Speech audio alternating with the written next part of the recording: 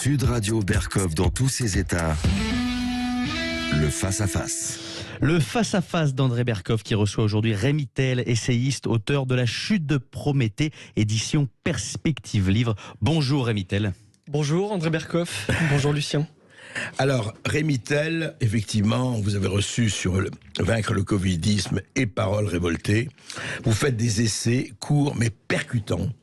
Et celui-là ne dément pas effectivement ce que je dis avec cette chute de Prométhée, lettre à un démocrate américain.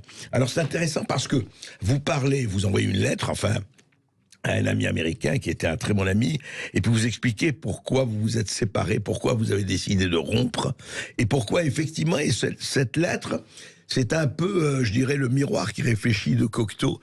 C'est vous faites l'inventaire de ce qui s'est passé entre un certain Occident et un autre Occident. L'Occident de votre ami américain et l'Occident de Rémy Tel. Et c'est vraiment intéressant parce que votre livre est au cœur d'un certain nombre de discussions, de polémiques, d'affrontements, de divisions, de fractures, disons, d'archipélisation, comme dirait Fourquet, qui nous occupent à nous, effectivement, ici en Europe, aux États-Unis et ailleurs. Alors, la chute de Prométhée, on va pas rappeler effectivement, ça date de 3000 ans, hein, c'est bien ça. Mais en gros, ce que vous avez voulu dire, c'est que quelle est la conception de l'Occident dont votre ami démocrate américain qui appartient au parti démocrate est le partisan et le sectateur, et que vous rejetez. C'est quoi ? Avant de répondre à votre question, André Berkov, je voudrais juste avoir une pensée pour Karine C, qui était une soignante, suspendue, et dont on a appris hier qu'elle avait mis fin à ses jours, laissant derrière elle 2 enfants de 3 et 7 ans. Voilà, c'est aussi le bilan d'Emmanuel Macron, et donc on pense à toute sa famille. Oui, suspendue, sans indemnité, depuis sans septembre rien, 2021, et tous ces drames qui s'accumulent vraiment jour après jour, et donc je voulais avoir cette pensée. Et effectivement, j'ai essayé de décrire un peu dans ce livre 2 visions irréconciliables, sachant que beaucoup de ceux qui nous écoutent ont connu aussi ces ruptures familiales, amicales, amoureuses, parfois accélérées par la crise du coronavirus, et avec cet Occident prométhéen qui, ayant poussé la logique prométhéenne, donc celle de l'émancipation tragique, c'est ça le mythe d'Hésiode depuis 3000 ans, l'émancipation tragique de l'homme par la technique, est en train de se suicider lui-même. On le voit sur le plan sociétal, on a beaucoup discuté récemment de ces enfants là, de 7-8 ans qui réalisent des opérations de changement de sexe, par exemple, ce qui est dont absolument on laisse décider terrible. à 7 à 8 ans du changement Exactement, de sexe. sans consentement parental. On le voit sur le plan économique, avec la destruction de la biodiversité, et puis aussi cette émergence d'une classe, pour reprendre les termes d'Harari, d'inutile, la France contre les... Yoshinobu Harari, exactement, ça, qui recommande d'ailleurs que les 80% de la population qui ne serviront à rien, qu'on leur donne des jeux vidéo, c'est ça, et un peu de drogue. Et de la drogue, mais il aussi. l'a vraiment dit, ça. Il l'a vraiment dit. Il y a une séquence que tout le monde peut retrouver sur Internet où il l'explique, qui est la version un peu nouvelle du pain et des jeux, des Romains. Et on voit bien d'ailleurs que l'Occident est le plus gros consommateur. C'est la Marie-Antoinette de Klaus Schwab du Forum de Davos. C'est le mauvais génie de Klaus Schwab du Forum de Davos. Et son influence dans les milieux de l'oligarchie est très très importante. Et ça fait plusieurs années que ces bouquins circulent, etc. Et donc, alors revenons donc à la technique, à cette extraordinaire expansion de la technique. Mais juste quand même, Rémy Tel, vous n'êtes pas contre la technique, vous ne voulez pas retourner à la lampe à huile ou à la grotte de Lascaux. Non, alors c'est ce que je dis dans l'ouvrage. Cette émancipation de l'homme par la technique a en très grande partie rempli son office au cours du 19e et 20e siècle. Voilà, la pauvreté a reculé dans le monde, on se soigne aujourd'hui mieux qu'avant, ça a mis fin aussi aux guerres parce que les échanges économiques adoucissent les mœurs, on le sait maintenant depuis le doux commerce de Montesquieu. Mais ne connaissant pas la juste mesure aristotélicienne, on a été trop loin, et ce qui nous a émancipés autrefois se retourne aujourd'hui contre nous. On l'a bien vu durant la crise du Covid avec cette société de passe, où en fait la libération totale, c'est l'asservissement généralisé, la libération totale pour quelques-uns, mais l'asservissement généralisé du plus grand nombre. Du plus grand nombre. Alors justement, vous parlez de ça, et ce que vous dites en fait, c'est que cette espèce de recherche absolue de liberté, mais alors qu'est-ce qu'il y a à un moment donné, comme on dit, what went wrong, disent les Américains, qu'est-ce qu'il y a où ça a été faussé, où on a pris, en tout cas, un certain nombre de gens ont pris une rupture, quoi. C'est la mondialisation, les excès de la mondialisation, les excès de l'ultralibéralisme, les excès de l'individualisme le plus total, du communautarisme le plus exacerbé, c'est quoi? Je crois que c'est la disparition de la matrice première du monde occidental, qui est la matrice chrétienne. Camus l'explique très bien dans L'homme révolté. Lorsque Dieu disparaît, on lui substitue un autre absolu, et cet absolu-là, ça a été le développement technique. Je crois que Jacques Ellul disait qu'il y a eu un transfert du sacré sur la technique, et donc ce qui était un outil devient une fin en soi, et aujourd'hui se cherchent de nouveaux territoires, au premier rang desquels le corps humain. C'est le transhumanisme, c'est à nouveau la question de la transidentité, c'est demain le certificat d'identité numérique européen. Tout ça, en fait, procède d'une vision qui commence sans doute avec la Révolution française et qui s'achève aujourd'hui dans le crime, puisque on pourra en reparler, mais c'est bien de crimes dont il s'agit sur la transidentité, toutes ces questions-là. J'en aborde d'autres, la façon dont la question de l'avortement a été complètement hystérisée aux États-Unis jusqu'à dans de nombreux États empêcher toute entrave à l'avortement, et aujourd'hui c'est vrai, vous dites ça, bien mais sûr. Ça a paru énorme jusqu'au 9e mois, bien pratiquement. Sûr. Dans une quinzaine d'États aux États-Unis, aujourd'hui, il n'y a plus aucune restriction, et donc les femmes peuvent accéder à l'avortement jusqu'au terme de la grossesse. Oui, parce que moi, personnellement, je suis pour l'IVG, je suis pour la volonté, en tout cas des femmes, et de choisir. Mais ce que vous dites, en fait, Rémy Tel, parce que très bien vous dites, oui, mais voilà, c'est Dieu a disparu, et personne ne répond plus au téléphone. Il a décroché, c'était Arthur Koestler qui disait, Dieu a décroché son téléphone et le temps presse.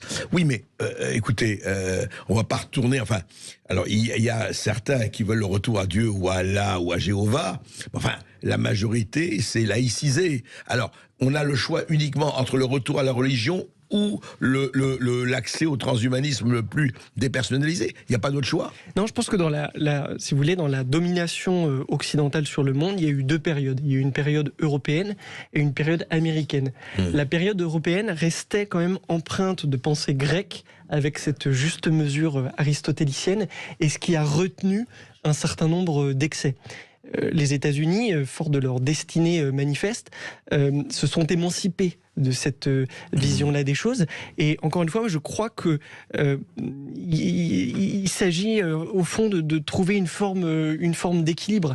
Et on voit bien que les logiques, quand elles sont poussées dans leurs extrémités, dans un sens comme dans l'autre, sont néfastes. Donc moi, je n'appelle pas du tout à retourner à l'âge de pierre. Je suis très satisfait de grandir dans un monde dans lequel je peux voyager, on peut discuter tous ensemble sur les réseaux sociaux. Mais si on ne prend pas garde aux excès de la technicisation du monde, un jour nous finirons tous esclaves, et ce processus est déjà bien entamé. On va en reparler de cette servitude volontaire qui ne date pas d'hier. À tout de suite après cette petite pause. Ici Sud Radio. Les Français parlent au français. Les carottes sont cuites. Les carottes sont cuites. Sud Radio Berkov dans tous ses états. Il est 13h30 et vous êtes bien sur Sud Radio dans le face-à-face où André Berkov reçoit Rémy Tel, essayiste, auteur de La Chute de Prométhée, édition Perspective Livre. Vous nous appelez au 0826 300 300 pour participer à la discussion. Alors, Rémy Tel, l'être un démocrate américain, c'est le sous-titre de votre livre La Chute de Prométhée. Mais justement, alors, qu'est-ce que vous reprochez en fait, et vous reprochez beaucoup de choses à ce démocrate américain qui représente quand même non seulement la moitié de l'Amérique, mais une large part du monde occidental, en tout cas des élites occidentales, de Davos à Bill Gates, en passant par d'autres, par les princes qui nous gouvernent. Qu'est-ce que vous leur reprochez ? Mais je leur reproche leur inversion accusatoire pathologique. C'est-à-dire que ces gens-là nous traitent comme les pires des pestiférés, alors qu'aujourd'hui, ils permettent, je l'ai dit, dans un certain nombre d'États américains, l'avortement sans limite, c'est-à-dire l'infanticide, que les démocrates guerroient dans le monde entier, et on le voit bien là, avec ce qui se passe actuellement en Ukraine, qu'ils précipitent notre civilisation dans une espèce de déréalisation totale, où on peut choisir qui l'on est, son sexe, etc.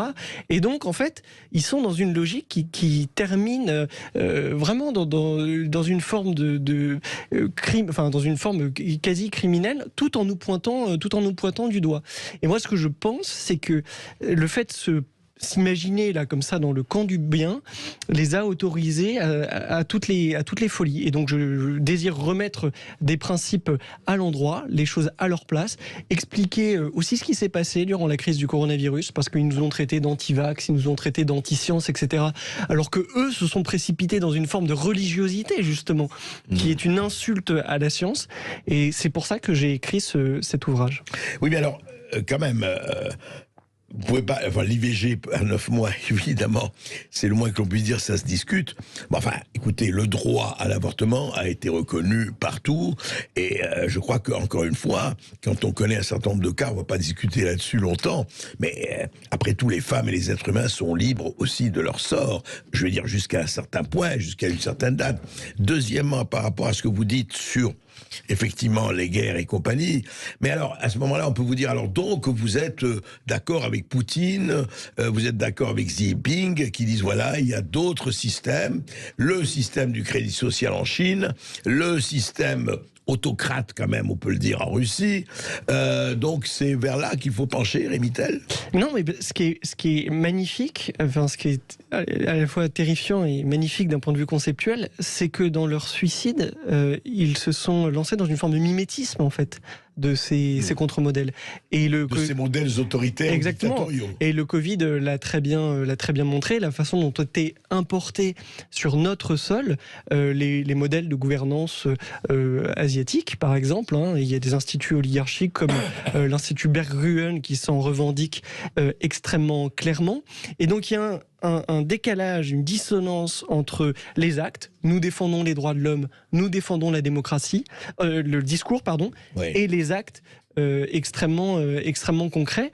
Et à nouveau, il s'agit de retrouver une juste mesure. Je pense que c'est ce qui nous manque aujourd'hui, la juste mesure et l'esprit. Parce que le matérialisme a pris une place considérable dans nos vies, et on sent bien que les Français vivent avec cette espèce de membre fantôme au fond d'une âme qui a été abîmée, et qu'ils aspirent à retrouver un peu de supplément d'âme justement pour notre civilisation. Et voilà, c'est ce que j'essaie de montrer dans le livre. Donc c'est aujourd'hui plus que jamais le triomphe de l'argent, je veux dire le triomphe, ce que vous appelez aussi le capitalisme de connivence, etc., qui a triomphé sur toute la planète. Et en fait, les gens ont été réduits à leurs intérêts familiaux ou individuels, et que le reste, le collectif, n'existe plus. En fait, c'est le paradoxe. C'est-à-dire qu'à la fois, il y a une exaltation permanente de l'individu, et en même temps, on voit bien qu'on fait peu de cas de la dignité humaine. On pourrait parler d'autres sujets sur l'euthanasie. Là, maintenant, j'apprends qu'au Canada, quand on est trop précaire, on va pouvoir solliciter une euthanasie. Il y a d'autres exemples, l'euthanasie des enfants dépressifs, etc. Et donc, comment dire, cette logique à nouveau s'est retournée contre elle-même. Il s'agit et c'est une forme de, comment vous dire, d'anti-humanisme. Sur le capitalisme de connivence, je pense qu'effectivement c'est un des dérèglements de ce que j'appelle dans le livre le capitalisme prométhéen, qui a saturé tous les marchés et qui se retrouve en fait à devoir chercher de nouveaux débouchés, qui les a trouvés dans deux directions. C'est la théorie que j'avance dans le livre. D'une part, dans la surveillance, Ça, je pense que ça c'est clair pour tout le monde. Et d'autre part, dans la connivence... C'est-à-dire, non mais parlons-en quand même, les applications de la surveillance, vous les voyez dans quoi, le QR code, le pass, l'identité numérique européenne qui sera votée cette semaine, par exemple, qui prépare l'avènement d'une espèce de contrôle centralisé sur la population mondiale, dont il sera très difficile de se défaire une fois qu'il sera installé. Et sur le capitalisme de connivence, c'est le rôle joué par les banques centrales dans le soutien à l'économie financière et qui nous prépare là vers un cataclysme économique, monétaire. On voit que les banques suisses commencent à paniquer un petit peu sérieusement. L'économie réelle a été complètement détruite par ce capitalisme de connivence. Par l'économie financière. Par l'économie financière, et qui est une économie artificielle. Et vous avez vu ce qui s'est passé dans les crypto-monnaies avec THX, dont nous avons parlé il y a 3 jours. À un moment, le réel revient dans la partie. Et c'est vrai sur le plan financier, ce sera vrai aussi sur le plan idéologique, sur le plan médical. Vous parliez tout à l'heure de la question des conséquences de cette politique de vaccination massive. À un moment, le réel revient dans la partie. Oui, on le dit souvent ici, quand le réel frappe à la porte. Je sais que je voulais intituler mon émission comme ça. Quand le réel frappe à la porte, c'est vrai qu'il y a deux attitudes. On bouche portes et fenêtres, et les oreilles et les yeux en disant « Non, il se passe rien, tout va bien », l'autruche. Et si on fait ça à un moment donné, le réel enfonce la porte. Ou alors, on le laisse rentrer, en tout cas on discute et on négocie. Mais au fond... Je voudrais peut-être que vous rappeliez, je vous ai dit qu'on ne le ferait pas au départ, mais c'est pas mal de rappeler le mythe de Prométhée, parce que je crois que c'est important pour les auditeurs de comprendre pourquoi ce mythe prométhéen, d'ailleurs, qui a inspiré énormément d'écrivains, qui vous inspire à vous. Alors c'était quoi, pour rappeler ce que ça veut dire, et puis qu'est-ce que ça veut dire aujourd'hui, le mythe prométhéen? Alors le mythe prométhéen nous ramène au 8e siècle, avant notre ère, le poète Hésiode. Presque 3000 ans, quoi. Donc ça fait presque 3000 ans. Oui. Et d'un titan nommé Prométhée, qui, prenant le parti des hommes contre les dieux, décide de voler le feu aux dieux pour le livrer aux mortels. Le premier athée, quoi. Exactement. Ouais, c'est prêt, c'est ça. Et les hommes se vengent en attachant Prométhée au Caucase, son foie dévoré par un aigle, et... Ça, c'était pas très féministe à l'époque, et en envoyant sur Terre Pandore, la première femme, pour semer les malheurs de l'espèce humaine. Ça a traversé... la femme comme propagatrice du malheur. C'était pas très Sandrine Rousseau, je vous l'accorde, mais bon, ça fait 2800 ans. Même moi qui ne suis pas Sandrine Rousseau, je suis choqué. Moi aussi. D'accord. Alors donc, il ramène... Et donc, les hommes remettent le feu aux dieux, enfin, redonnent le feu aux dieux. Et donc, après Prométhée. Finissent par le reprendre, et donc, en fait, c'est l'histoire d'une illusion. D'une illusion tragique de l'émancipation par les techniques, en rejetant toute loi extérieure en réalité. Et on le voit bien dans cette idée, par exemple, qu'on puisse définir son identité, choisir si on est un homme ou si on est une femme. C'est le rejet de toute loi extérieure, de toute contrainte naturelle. Il n'y a plus que de la culture. Exactement. Il n'y a plus d'identité, il n'y a plus que des choix communautaires ou sexuels et autres. Exactement, sauf que cette logique, en fait, n'est pas une logique si libérale que cela, parce qu'on choisit peut-être pour soi-même, mais très souvent, s'assurer une liberté totale à soi implique de restreindre la liberté, des autres. C'est mon fameux cas. Et encore une fois, moi, je suis pas un intégriste anti-avortement, mais sur l'IVG, là, sans délai aux États-Unis, quand je dis jusqu'au bout, je peux arrêter la grossesse, à un moment, ça interfère avec le droit d'un autre, en l'occurrence à la vie. Mais oui, ça pose en tout cas un véritable problème. Maintenant, comment ça se traduit? Alors, vous, Rémy Tel, vous êtes jeune, vous êtes en politique, vous n'êtes pas entré en politique. D'ailleurs, vous l'êtes ou vous l'êtes pas en politique? Non, je ne suis pas suis pas entré en politique. Essayiste, vous êtes voilà. J'ai essayé de lier les actes aux paroles, et notamment pendant la crise du coronavirus. Voilà, on a beaucoup manifesté. Mon collectif, on a organisé des rassemblements un peu dans toute la France. Mais je suis pas investi en politique au sens électoral du terme. Non, bien sûr. Mais alors justement, là, ne parlons pas de politique au sens électoral du terme, parlons politique au sens éthique, je dirais, du terme. Est-ce que vous, aujourd'hui, où vous vous situez, je dirais, parce que effectivement, on voit très très très bien les divisions. Bon, la politique politicienne, on la voit, on l'a encore vu hier à la télévision ou ailleurs. Elle sera là, bon, elle est là, il n'y a pas à la rejeter ou à l'accepter, elle est là. Maintenant, par rapport à ce que tous les commentateurs, les politologues, vous avez vu Christophe Guilluy, La France périphérique et les dépossédés, François Hollande qui dit on est déjà dans la partition, Jérôme Fourquet, l'archipélisation, Jérôme Sainte-Marie, bloc contre bloc, enfin on pourrait tous les citer, sans parler de Gérard Collomb qui dit ça y est, on était côte à côte, maintenant on est face à face et plus encore. Est-ce qu'à votre avis, on est vraiment dans cette période de rupture qui va aller jusqu'à des affrontements, ça a existé dans l'histoire, hein, c'est pas nouveau, beaucoup plus violents qu'ils ne le sont aujourd'hui. Est-ce qu'on va vers ça, à votre avis? En France, pour ne parler que de la France ou enfin de l'Europe.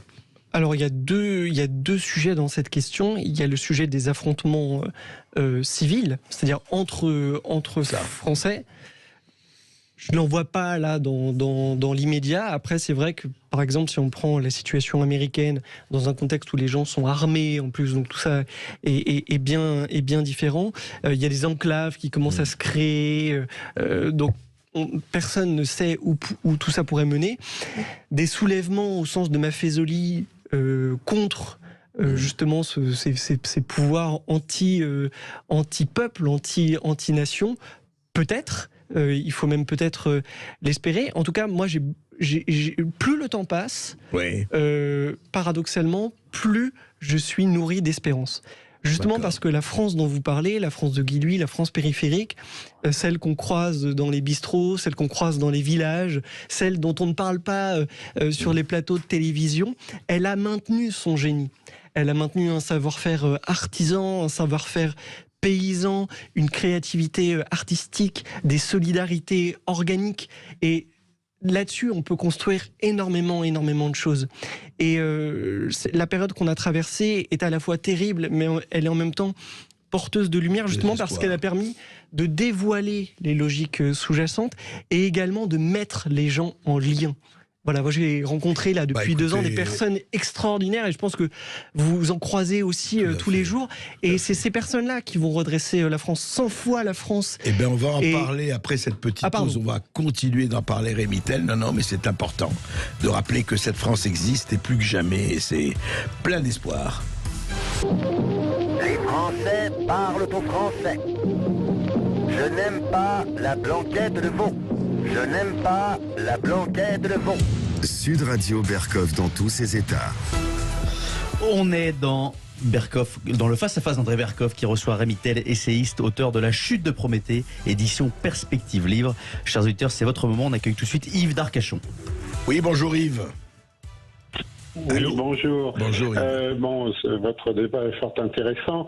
Je voudrais simplement faire un rapprochement, si vous voulez, entre Prométhée qui a volé le feu pour les donner aux hommes, qui a été puni, et avec lui Pandora est venue, avec l'origine donc chrétienne du péché originel d'Adam et Ève, qui avec la connaissance du bien et du mal, l'arbre de la connaissance du bien et du mal, qui est assez semblable au feu dans la mythologie grecque, et la punition, encore une fois, est venue par une femme. Bon, donc là, c'est effectivement une trace de nos machismes antérieurs. Immémoriaux. Et également par rapport à... Oui, allez-y. Pardon? Non, j'ai dit nos machismes immémoriaux. Oui, par rapport, allez-y. Oui. Par rapport à ce que vous disiez également tout à l'heure, sur les élites, moi j'aime bien la théorie de Pareto, Vilfredo Pareto, qui dit que les élites meurent par suicide et que ensuite les évolutions, les révolutions n'est en fait que le remplacement d'une élite par une autre. L'élite qui s'est suicidée remplacée par une élite toute neuve. Bon, on est peut-être dans un cas comme ça. Voilà. Oui, bonne question, Yves. Et on peut se demander, je rappelle souvent la phrase de Gramsci qui disait « Quand le vieux n'est pas encore mort et que le jeune n'est pas encore né, c'est là où surgissent les monstres. » Ou peut-être l'espoir. Que pensez-vous de ce que dit Yves? Je suis complètement d'accord avec Yves. Et on n'a pas tant un problème aujourd'hui, je pense, en France, dans la formation des élites, elles existent, que dans la circulation des élites. C'est-à-dire de donner aux meilleurs la capacité d'accéder aux responsabilités. Et on voit bien qu'il y a une sorte de confiscation du pouvoir par un petit groupe idéologiquement très marqué qui refuse complètement de laisser la place, tout simplement, mais que on a encore des grands scientifiques, on a encore des grands intellectuels, on a encore des grands artistes, on a des artisans formidables. Enfin, on voit dans le moindre village de France l'été des festivals qui sont faits à partir de rien, comme ça. Enfin, il y a un vrai génie français. Simplement, ce n'est pas celui qu'on voit sur les plateaux de télévision. Et je pense que ça contribue à cette espèce de morosité aussi générale, et que si les Français retrouvaient confiance en eux-mêmes, fierté, ils seraient capables alors de tout renverser et de préparer l'avenir de leur pays. Oui, ce qui est étonnant. Oui, mais le pouvoir aujourd'hui fait tout pour priver le peuple d'une façon positive de cet accès que vous réclamez. Oui, ce sont des politiques anti-nationales au sens de la nation. Et je pense, sans complotisme excessif, qu'il y a une volonté véritable de briser psychologiquement les peuples pour faire avancer cet agenda mondialiste dont on a beaucoup parlé. Et donc, on doit trouver les anticorps qui permettent de redresser la tête, parce que c'est le préalable au redressement national. D'autant plus, Yves, que effectivement, ce qu'il faut se dire, c'est que il y a eu cette théorie qui est sortie. Il dit c'est pas le peuple qui a fait sécession, ce sont les élites qui ont fait sécession. En tout cas, les élites actuelles, parce qu'il faut des élites. Les élites au pouvoir. Voilà, les élites au pouvoir, effectivement, qui ont fait sécession et qui travaillent à leur propre intérêt. Et évidemment, une élite. Non mais. Faut se rappeler le sens, quand même, l'essence des mots. L'élite n'est là que pour travailler aussi pour le collectif, qu'elle travaille pour elle, d'accord. Mais où est aujourd'hui le cap du collectif? Où est le bien commun. La direction? Voilà, le bien commun, on est bien d'accord. Mais ce bien commun devient presque une espèce de mot étrange venu d'ailleurs. On ne sait plus ce qu'il veut dire, apparemment. On ne sait plus ce qu'il est. Oui, Rémi? Oui, c'est un mot étrange, effectivement, pour les élites qui ont fait sécession, pas pour les Français. Vous savez, la France, c'est le pays du monde qui compte le plus de bénévoles par habitant. C'est un trésor inestimable. Et ça en dit long sur l'âme du peuple français. Il y a des millions de personnes dans notre pays qui donnent du temps gratuitement pour les autres, pour des causes auxquelles ils croient. Pour les associations, pour venir aussi en aide à des personnes dans la difficulté, etc. Donc ça, c'est une matière première qui est largement suffisante pour redresser un pays, même au bord de l'abîme. Et 100 fois, la France s'est trouvée au bord de l'abîme, et 100 fois, elle s'est redressée. Il suffit que les Français retrouvent confiance en eux-mêmes. Oui, vraie question. Mais de ce point de vue, quand même, Rémi, il y a un problème justement qui est posé au fond, et on voit très bien, on dirait qu'on est dans une espèce de course contre la montre, ou de course de vitesse entre ceux qui veulent le woke, la cancel culture, le transhumanisme, les Yuval Harari, voilà, qui disent écoutez, le monde sera dirigé par 20%, les autres, on n'a qu'à ne pas laisser crever, et encore qu'on se pose des questions, et ceux qui veulent effectivement la rationalisation du monde, c'est-à-dire 8 milliards de consommateurs, évidemment avec la segmentation du marché, parce que ça c'est très important. C'est-à-dire on fabriquera des produits pour les cisgenres, les binaires, les trinaires, etc., etc. Donc ceux qui veulent effectivement une mondialisation, heureuse ou pas, ils s'en fichent. Mais voilà, c'est notre modèle, le crédit social à la chinoise, les travestissements ou le transgenre à l'américaine ou à la française. Est-ce que ce n'est pas véritablement, dans un combat singulier, je dirais, dans un combat douteux, comme disait l'autre? Je pense que leur monde s'effondre, qu'ils ont conscience de leur défaite et que c'est la raison pour laquelle ils basculent dans l'hystérie et qu'on observe cette accélération à tous les niveaux, sur le plan économique, sur le plan idéologique, sur le plan sociétal. Donc leur défaite me paraît assez inexorable pour des raisons simples. Il y a une horizontalisation de la société. Les gens aujourd'hui pratiquent le journalisme citoyen. Ouais. Et la vérité, malgré la censure, malgré la confiscation du débat public, la vérité est inarrêtable. Il n'empêche, d'ici à ce qu'il tombe, il peut y avoir beaucoup de dégâts. Et donc pour moi, la question, c'est pas de savoir s'ils vont tomber, oui, mais quand et à quel prix. Un exemple très concret, celui du transhumanisme.